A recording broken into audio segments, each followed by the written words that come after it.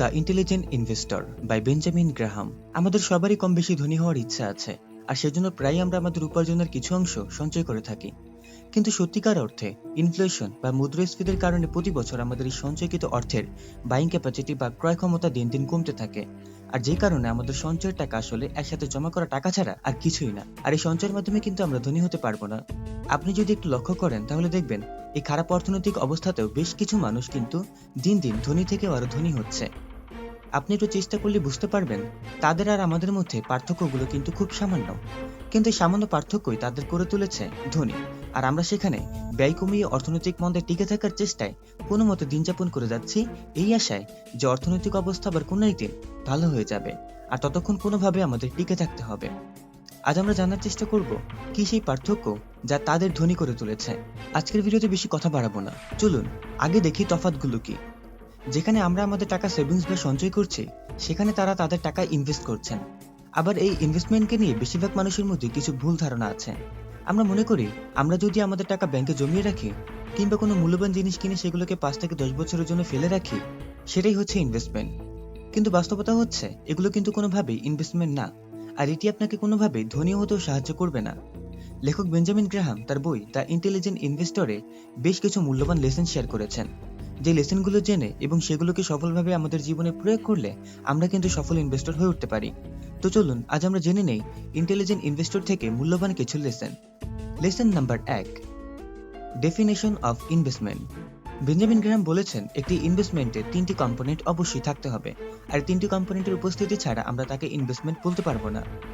Component number 1, thought analysis বা পুঙ্খানুপুঙ্খ বিশ্লেষণ।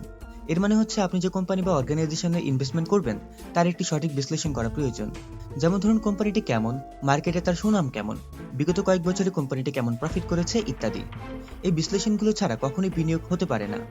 কিন্তু আপনি যদি আপনার আশেপাশে কিংবা টিভি পেপার পত্রিকায় একটু চোখ রাখেন তাহলে দেখবেন কিছু মানুষ বিভিন্ন জায়গায় ইনভেস্ট করে তাদের সর্বোচ্চ খুইয়েছেন। কিন্তু এর কারণ কি? এর কারণ হচ্ছে দুইটি। 1, তিনি কোম্পানিটি নিয়ে কোনো রকম বিচার বিশ্লেষণ করেননি।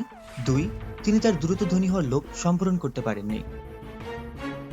Component number 2, safety of principles.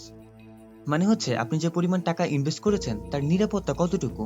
আপনাকে অবশ্যই খেয়াল রাখতে হবে আপনি যে পরিমাণ মূলধন ইনভেস্ট করেছেন সেই পরিমাণ টাকা যেন সুরক্ষিত থাকে।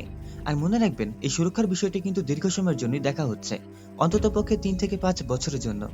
কারণ শেয়ার বাজারে শেয়ারের দাম কিন্তু এমনিতেই প্রতিনিয়ত ওঠানামা করে থাকে।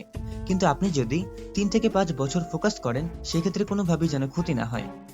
Component number 3, adequate return. মানে হচ্ছে পর্যাপ্ত পরিমাণ রিটার্ন। কিন্তু এই পর্যাপ্ত পরিমাণ রিটার্ন আসলে কত সেটা বোঝার জন্য লেখক বলেছেন পর্যাপ্ত পরিমাণ রিটার্ন সেই পরিমাণ লভ্যাংশকে বলা হবে যা আপনি কোনো ফিক্সড অ্যাসেটে বিনিয়োগ করে পেতে পারেন তার থেকে 5% বেশি। উদাহরণস্বরূপ ধরুন আপনি ব্যাংকে ফিক্সড ডিপোজিট করলে বছরে 7% প্রফিট পাবেন, এর সাথে আরো 5% যোগ করে 12% প্রফিট হবে আপনার সেই পর্যাপ্ত পরিমাণ রিটার্ন। যে কোনো ইনভেস্টমেন্ট যদি 3টি কম্পোনেন্ট করে মাথায় রেখে করা হয় তাহলে সেটাকে ইনভেস্টমেন্ট বলা হয়। আর যদি এই বিষয়গুলো চিন্তা না করা হয় তাহলে লেখক সেগুলোকে স্পেকুলেটিং বা আন্দাজে ঢিল মারা বা জুয়া খেলার সাথে তুলনা করেছেন। Lesson number 2, mister market.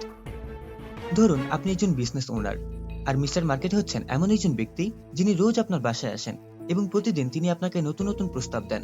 তিনি হয়তো কখনো আপনার বিজনেস কিনে নিতে চান, আবার কখনো কখনো তার নিজের বিজনেস আপনার কাছে বিক্রি করতে চান। তিনি এক এক সময় এক এক ধরনের দাম চান তার জন্য। যখন তার মন ভালো থাকে তখন তিনি 100 টাকার জিনিসের দাম চান 1000 টাকা, আবার যখন তার মন খারাপ থাকে তখন তিনি 100 টাকার জিনিস 20 টাকায় বিক্রি করে দিতে চান। লেখক এখানে আর কিছুই না মিস্টার মার্কেট বলে শেয়ার মার্কেটকেই বোঝাতে চেয়েছেন। যারা শেয়ার মার্কেটে ট্রেডিং করেন তারা যখন কোনো একটি শেয়ারের প্রাইস বাড়তে শুরু করে তখন সবাই একদম হুমড়ি খেয়ে পড়েন ওই শেয়ারটি কেনার জন্য এবং আশা করতে থাকেন এই শেয়ারের আরো একটি মূল্য বেশি বৃদ্ধি, আর এই কারণেই শেয়ারের দাম হয়ে যায় আকাশচুম্বী। আবার যখন কোনো একটি শেয়ারের দাম পড়তে শুরু করে তখন সবাই সেই শেয়ার বিক্রি করতে শুরু করে।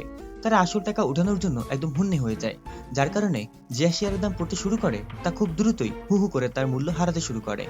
কিন্তু বেঞ্জামিন গ্রাহাম আমাদের বলেছেন এই উল্টো কাজটি করার জন্য। মানে হচ্ছে যখন কোনো শেয়ারের দাম নিম্নমুখী থাকবে বা একদম নিম্ন অবস্থান করবে তখন তা ক্রয় করতে। লেখক এখানে শেয়ারের প্রাইসকে বলেছেন পেসিমিস্টিক, এবং যখন কোনো শেয়ারের দাম ঊর্ধ্বমুখী থাকে তখন তা বিক্রি করতে, মানে মার্কেট যখন অপটিমিস্টিক। এখানে অবশ্যই আপনাকে একটা প্রাইস পজিশন করার মতো ক্ষমতা থাকতে হবে এবং এখানে কখনোই ইমোশনাল হয়ে কোনো ডিসিশন নেওয়া যাবে না। আপনি যদি এই কাজটি ঠিকঠাকভাবে করতে পারেন তাহলে খুব কম টাকা ইনভেস্ট করে বেশ ভালো রিটার্ন নিতে পারবেন। ভিডিওতে আমি জাস্ট কয়েকটি লেসন শেয়ার করেছি, তবে শেয়ার মার্কেট সম্বন্ধে পুরোপুরি বুঝতে হলে এই বইটা আপনাকে অবশ্যই পড়তে হবে, কারণ শেয়ার মার্কেটের উপরে লেখা এটা পৃথিবীর সবচেয়ে বেশি বিক্রি হওয়া বই। এই বইটি পড়লে আপনি জানবেন একজন ভালো ইনভেস্টরের কি কি বৈশিষ্ট্য থাকে, কিভাবে একজন ভালো ইনভেস্টর হওয়া যায়, কিভাবে শুধুমাত্র ইনভেস্ট করে কোটি কোটি টাকা আয় করা যায়, একজন নতুন মানুষ কিভাবে মার্কেটের কঠিন কঠিন টার্মস অ্যান্ড কন্ডিশনগুলো বুঝতে পারে। এগুলো নিয়ে খুব সুন্দর করে আলোচনা করা হয়েছে এই বইতে। এই বইটা আপনারা কিনতে গেলে দাম পড়বে 1600 টাকা। আমি মনে করি এত টাকা দিয়ে বই কেনার কোনো দরকারই নেই, কারণ আপনার কাছে এর থেকে আরো ভালো অপশন আছে। আপনি 1600 টাকা নষ্ট না করে মাত্র 100 টাকা দিয়ে এই বইটার ইবুক ভার্সন কিনতে পারেন। এই ইবুক ভার্সনের অনেকগুলো সুবিধাও আছে। সুবিধা নাম্বার 1, এটার দাম অনেক কম। ইবুক ভার্সন আপনি কিনতে পারবেন মাত্র 100 টাকায়, যেখানে কাগজের বই কিনতে গেলে আপনার ডেলিভারি চার্জ সহ খরচ হবে 1700 টাকা। 2, কাগজের বই হলে আপনি যে কোনো জায়গায় নিয়ে যেতে পারবেন না, কিন্তু এটা তো থাকবে আপনার ফোনে, তার মানে আপনি যেখানেই যাবেন যখন ইচ্ছা আপনি বইটা পড়তে পারবেন। সুবিধা নাম্বার 3, তৎক্ষণাৎ প্রাপ্তি। পিডিএফ ভার্সনে বইটি কিনলে আপনি মাত্র 1 সেকেন্ডে বইটি ডাউনলোড করতে পারবেন, কিন্তু কাগজের বইটা নিতে গেলে অ্যাটলিস্ট 4 থেকে 5 দিন আপনাকে অপেক্ষা করতেই হবে। এবার কথা হচ্ছে, শেয়ার মার্কেটে আপনি লাখ লাখ টাকার শেয়ার কিনবেন। আমার মনে হয় না বুঝে শেয়ার মার্কেটে ভুলভাল শেয়ার কিনে লস করার চেয়ে মাত্র 100 টাকা দিয়ে এই বইটা কিনে শেয়ার মার্কেটের আগাগোড়া নাড়িভুড়ি বুঝে নেওয়াটা বুদ্ধিমানের কাজ হবে। বইয়ের লিংক আমি ডেসক্রিপশন বক্সে দিয়ে দিব এবং পিন কমেন্টেও দিয়ে দিব। সেখানে ক্লিক করে আপনি তাদের সাথে যোগাযোগ করে বইটি কিনতে পারেন। এবং শুধু এই বইটাই না, তাদের কাছে এরকম ফিনান্সিয়াল অনেক বই আছে। এবার চলুন আমরা মূল ভিডিওতে ফেরত আসি। Lesson number 3, margin of safety. ধরুন একজন জাহাজ নির্মাতা একটি জাহাজ বানাবে যা 1000 মানুষ বহন করতে সক্ষম। তিনি কি জাহাজটিকে একদম কাটায় কাটায় 1000 জন মানুষের জন্যই বানাবেন, নাকি সেখানে তিনি 1300 থেকে 1500 জনের বহন ক্ষমতা সম্পন্ন জাহাজ বানাবেন? তিনি কিন্তু 1300 থেকে 1500 জন বহনযোগ্য জাহাজ নির্মাণ করবেন। কিন্তু কেন? কারণ এটাই হচ্ছে মার্জিন অফ সেফটি। কোনো বিশেষ কারণে যদি জাহাজের ওজন কম বা বেশি হয় তাহলে সেটা যাতে সঠিকভাবে পরিচালনা করা যায়। ঠিক একইভাবে আপনি যখন ইনভেস্টমেন্ট করবেন তখন আপনাকে এই মার্জিন অফ সেফটির বিষয়টি মাথায় রাখতে হবে। আপনি অবশ্যই জানেন কোনো শেয়ারের বাজার মূল্য কোনো মার্কেট ভ্যালু তার আসল মূল্য বা ফেস ভ্যালু নয়। শেয়ারের ভ্যালু সবসময় ফেস ভ্যালু থেকে কম বা বেশি হয়। তাই লেখক আমাদেরকে সাজেস্ট করেন যে আপনি কখনোই কোনো শেয়ারের প্রাইস 2 বা 3 অংশের বেশি দেবেন না। শেয়ার কিনতে গিয়ে কিছু সময় আমাদের অ্যানালাইসিস ভুল হতে পারে। ধরুন আমাদের প্রেডিকশনে অ্যানালাইসিস সব ঠিক আছে, কিন্তু কোনো কারণে অর্থনৈতিক মন্দা দেখা দিল। যেমন তো কিছুদিন আগে করোনার প্রভাব হয়, ইউক্রেন রাশিয়ার যুদ্ধের প্রভাব কিন্তু সারা বিশ্বের শেয়ার মার্কেটের উপর প্রভাব ফেলেছে। এক্ষেত্রে আপনার প্রেডিকশন অ্যানালাইসিস খুব ভালো থাকলেও আপনি হয়তো লসের সম্মুখীন হতে পারেন। আর এই জন্যই আপনি যদি মার্জিন অফ সেফটির রুলসটি মেনে চলেন তাহলে কিন্তু আপনি বেশ ভালো করতে পারবেন শেয়ার মার্কেটে। বেশিরভাগ মানুষ 100 টাকার ফেয়ার প্রাইজের শেয়ার 100 টাকাতেই কিনে থাকেন, আর এটা অনুমান করেন যে ভবিষ্যতে এর মূল্য বাড়বে এবং তিনি লাভবান হবেন। কিন্তু একজন ইন্টেলিজেন্ট ইনভেস্টর এই শেয়ারটিকে 80 টাকা বা 90 টাকায় কিনেন, যার জন্য তিনি কেনার সময় লাভবান হয়ে যান এবং ভবিষ্যতের উপর তাকে নির্ভর করে থাকতে হয় না। এক্ষেত্রে আপনার প্রেডিকশন অ্যানালাইসিস যদি একটু ভুল হয় তাও আপনি মার্জিন অফ সেফটির কারণে নিরাপদে থাকবেন। Lesson number 4, type of investor. লেখক এখানে 3 ধরনের ইনভেস্টরদের কথা বলেছেন। 1, aggressive investor. 2, defensive investor. 3, enterprising investor. Aggressive investor তাদেরকে বলা হয়ে থাকে যারা অ্যাগ্রেসিভ নেচারের হয়ে থাকেন। তারা খুব বেশি রিস্ক নেন এবং হাই রিটার্নের আশায় যে কোনো ধরনের শেয়ারে ইনভেস্টমেন্ট করে থাকেন। Defensive investor. ডিফেন্সিভ ইনভেস্টর হচ্ছেন সেই সকল ইনভেস্টর সবচেয়ে কম ঝুঁকি থাকে এরকম সব জায়গায় ইনভেস্টমেন্ট করে থাকেন। তারা রিসার্চ এবং অ্যানালিসিস করতে কম সময় ব্যয় করেন এবং বেশি রিটার্ন পাওয়ার আশায় সেফ ইনভেস্টমেন্ট করতে পছন্দ করেন। তাই তারা মিউচুয়াল ফান্ড বা সেই সকল স্টকে ইনভেস্ট করেন যেখানে রিস্ক কম নিতে হয়। Enterprising investor. এই ধরনের ইনভেস্টরগণ অ্যাগ্রেসিভ এবং ডিফেন্সিভ ইনভেস্টরের মিলিত রূপ বলা যেতে পারে। এই ইনভেস্টরগণ খুব বেশি অ্যানালাইসিস করে তারপরেই তাদের টাকা ইনভেস্ট করেন।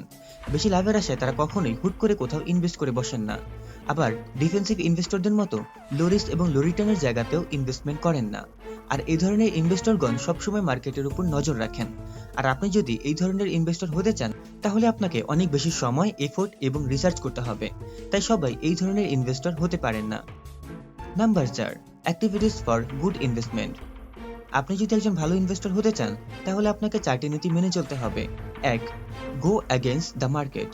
অর্থাৎ আপনি সেই সময় শেয়ারে ইনভেস্ট করবেন যখন সবাই বিক্রি করে দিচ্ছে বা কোনো কারণে শেয়ারের প্রাইস নিম্নমুখী হচ্ছে, আর সেই সময় বিক্রি করবেন যখন সবাই কিনছে বা মার্কেট ঊর্ধ্বমুখী। Number 2, buying during stock. মানে হচ্ছে আপনাকে সেই সব কোম্পানি খুঁজে বের করতে হবে যে কোম্পানিগুলো ভবিষ্যতে ভালো করবে কিংবা ভালো কোম্পানি হবে, কিন্তু এখনো তারা তেমন কোনো পপুলার কোম্পানি না।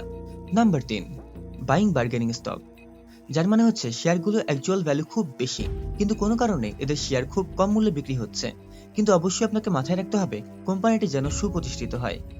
নাম্বার 4, বাই স্পেশাল কেসেস, মানে হচ্ছে এই কোম্পানিগুলো আকারে ছোট এবং যা অন্য কোনো বড় কোম্পানি অধিগ্রহণ করতে চলেছে।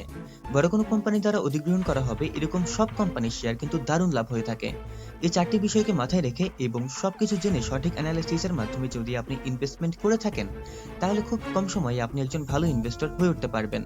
আপনি যদি এই বইটির পিডিএফ ভার্সন খুবই অল্প মূল্যে কিনতে চান, তাহলে ডেসক্রিপশন বক্স এবং পিন কমেন্টে দেওয়া লিঙ্কে ক্লিক করে তাদের সাথে যোগাযোগ করতে পারেন। আজকের মতো এখানেই বিদায় নিচ্ছি। আমি সজীব, ফ্রম টাকার খোঁজ। কথা হবে অন্য কোনো ভিডিওতে। সে পর্যন্ত ভালো থাকবেন, সুস্থ থাকবেন। আসসালামু আলাইকুম ওয়া রাহমাতুল্লাহি ওয়া বারাকাতুহু।